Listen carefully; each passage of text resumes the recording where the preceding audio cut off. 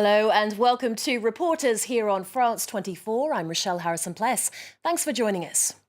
This week we take a closer look at so-called sexual cleansing, a ritual practiced in the remote southern regions of Malawi. Known as kusasa fumbi, or brushing off the dust, parents pay sex workers to sleep with their daughter once they reach puberty to mark her passage to womanhood. The act is not seen as rape by everybody. Village elders say it's tradition, one that trains these girls to become good wives and protect them from disease or misfortune. But in many cases, it does the opposite. Unprotected intercourse puts these young women at risk of catching sexually transmitted diseases in a country where at least 10% of the adult population is HIV infected. This from our reporters Clélia Bénard and Sophie Val. The extreme south of Malawi, in the Nsanje district. It's here that Chifanoro Kanjado lives. She hasn't been to school for the past year and spends her days doing household tasks because at 16 years old, she's already the mother of a 9-month-old boy. Her child is the result of forced intercourse, a night Chifaniro will never forget. I was taken at night. I was pushed into a dormitory and they made me wear a mask so I couldn't see what was happening. Then a man came in, he started touching me, but I fought back. I screamed. So at that moment, a woman, an elder, told me I shouldn't resist. She said, "It's our culture, you have to accept it." I feel like I was raped. Chifaniro is a victim of rape. But here, this forced intercourse is a ritual accepted by elders.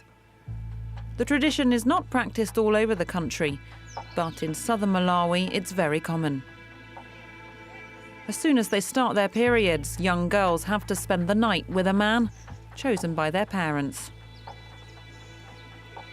Chifaniro is still traumatized by this sexual abuse. She feels her childhood has been stolen.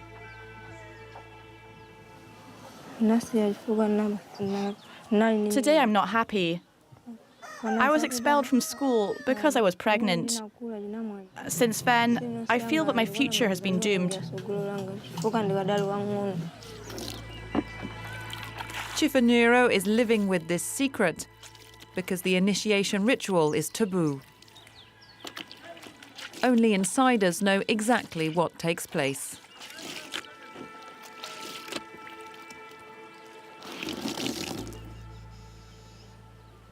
The men who have forced sexual intercourse with young women are known as hyenas.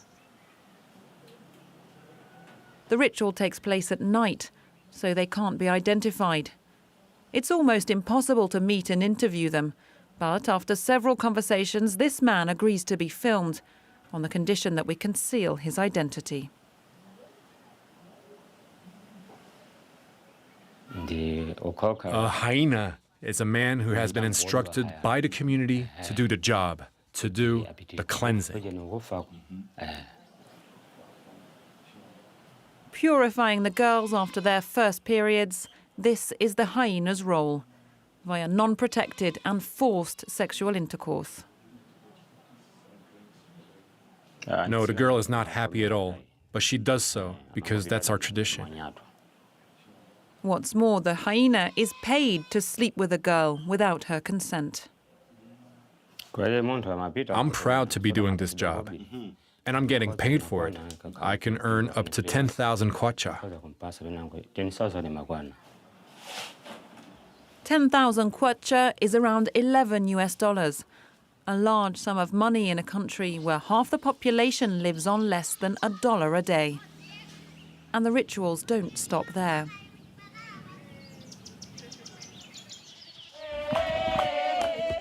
Before meeting the hyena, the girls have to attend a sexual initiation camp.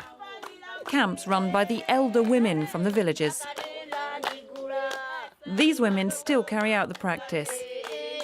Over the course of several days, they gather teenagers together to prepare for their future as wives. They accept to give us rare access to film part of the training.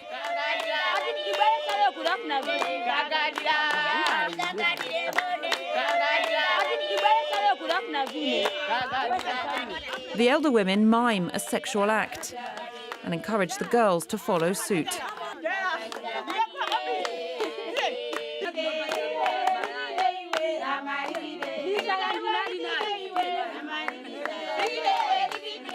It's all about teaching them how to satisfy a man, with no mention of any pleasure for the woman.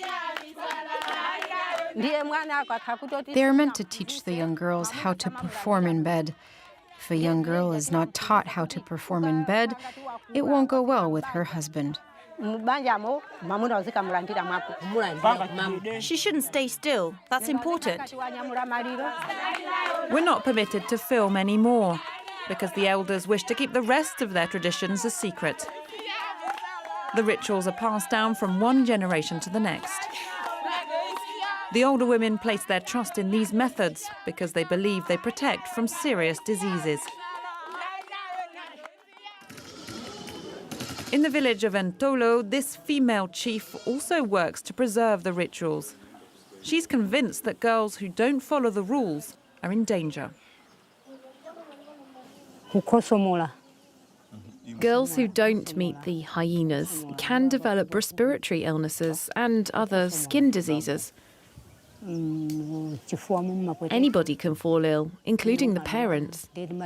As a parent and chief of the village, I could also fall ill. It can happen, I'm sure of that. I've heard of other people falling ill because they didn't follow our traditions. There's no medical evidence to back up her claims about these illnesses. But there is a big epidemic in Malawi, HIV/AIDS. For the chief, though, there are no links between forced intercourse and HIV. In fact, for her, the initiation actually protects the village from the virus, rather than spreading it. No, HIV/AIDS isn't transmitted this way. You don't think the initiation ceremonies and HIV/AIDS go hand in hand?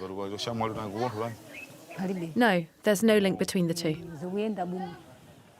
And yet, some of the men known as hyenas don't even hide the fact they're HIV positive. That's the situation of this man, who's also agreed to an interview. For his protection, we've concealed his identity. He's been a hyena for 8 years, but that's not the only shocking element of his story. Have you been tested for HIV? Oh, yes, I was tested. What was the result? Well, I did the test a long time ago, and I was found to be HIV positive.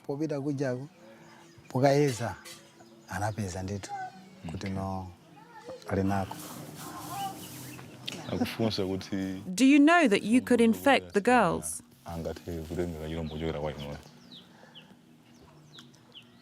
Oh, yes, but what else can I do? It's our customs. In Malawi, 10% of the population is HIV positive. And the situation is even more serious in the south of the country. Here, 16% of people are infected by the virus. That's why the government decided to crack down on these rituals 10 years ago.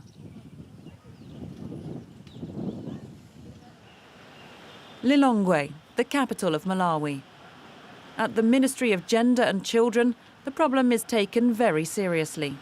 In 2006, the hyena tradition was outlawed, and the perpetrators risk arrest. When you bring in a man to sleep with a girl, that is wrong. Yeah? And when they do that now, they get arrested.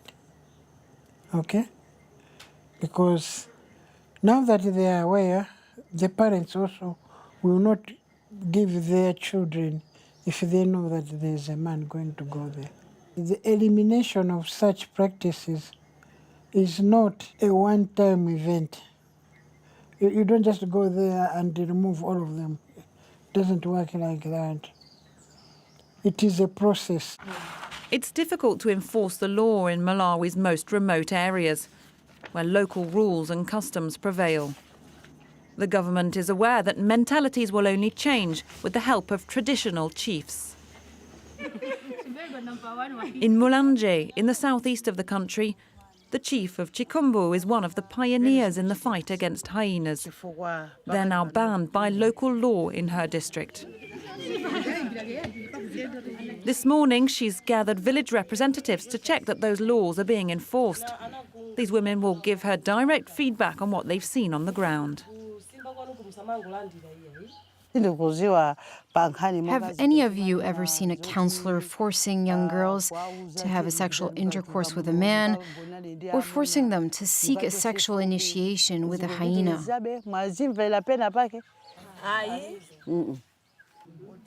The village chief is relentless in her pursuit of the practice, for very personal reasons.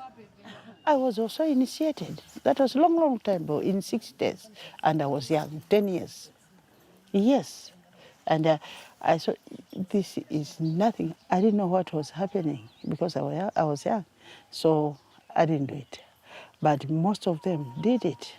The removal of dust, now we are saying one word.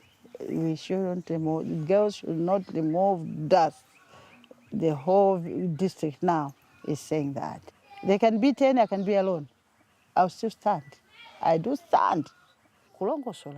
Now, as the district chief, she can take her revenge. She judges and condemns those who continue to carry out the rituals. With the bad initiators, we summon them up. They have to come, and after they come, we talk to them, we counsel them, and we usually tell them to pay a fine. She says the results begun to show in the past 2 years, and that there are now no more hyenas in her district. Mentalities here are changing, and that's also down to the work of NGOs on the ground.